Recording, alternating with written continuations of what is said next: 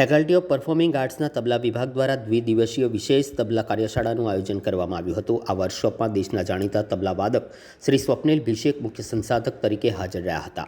કાર્યક્રમમાં 70થી વધુ વિદ્યાર્થીઓ, સંશોધકો, તબલા રસિકો અને સંગીત પ્રેમીઓએ ભાગ લઈને કાર્યશાળાને સફળ બનાવવામાં મહત્વપૂર્ણ યોગદાન આપ્યું હતું।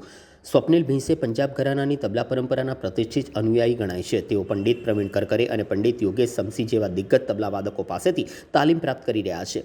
લંડી ઊંડાણપૂર્વક સમજ, શક્તિશાળી બોલચર રચના, ચોકસાઈભર્યું વાદન અને પરંપરાગત રજૂઆત તેમની વિશેષતા ગણાય છે। કાર્યક્રમ દરમિયાન વિદ્યાર્થીઓના પ્રશ્નોના તેમણે સરળ ભાષામાં જવાબ આપી તેમણે શંકાઓનું નિવારણ કર્યું। વર્કશોપમાં પ્રયોગાત્મક તાલીમને વિશેષ પ્રાધાન્ય આપવામાં આવ્યું, જેનાથી ભાગ લેનારાઓને તબલાવાદનની નાની મોટી સૂક્ષ્મતાઓ સમજતા સહેલું બન્યું। તબલા વિભાગના પ્રોફેસર ગૌરાંગ ભાવસારે આ વર્કશોપ વિદ્યાર્થી અને સંશોધકો માટે અત્યંત લાભદાયી સાબિત થયો છે। આવા શૈક્ષણિક કાર્યક્રમો ભારતીય શાસ્ત્રીય સંગીતની સમૃદ્ધ પરંપરાને જાળવવામાં તથા યુવા પેઢીને ઘરાનાદારી પરંપરાથી જોડવામાં મહત્વપૂર્ણ ભૂમિકા ભજવે છે તેમ જણાવ્યું હતું। કાર્યશાળાનું સમાપન સાંજે શ્રી સ્વપ્નિલ ભીસે દ્વારા રજૂ કરાયેલા સ્વતંત્ર તબલા વાદન સાથે કરવામાં આવ્યો, જેમાં તેમની કલા જોવા મોટી સંખ્યામાં શ્રોતાઓ ઉપસ્થિત રહ્યા હતા।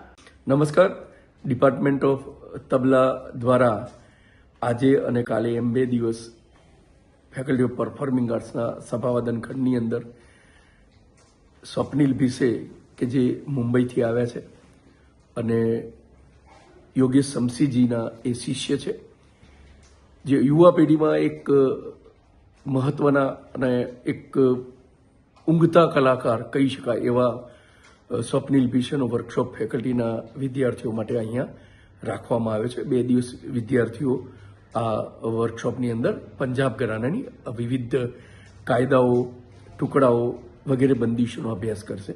એ સિવાય આજે સાંજે 6 વાગે 5 વાગે ફેકલ્ટીના કોન્સર્ટ હોલની અંદર એમનો તબલાવાદનનો કાર્યક્રમ રાખવામાં આવ્યો છે।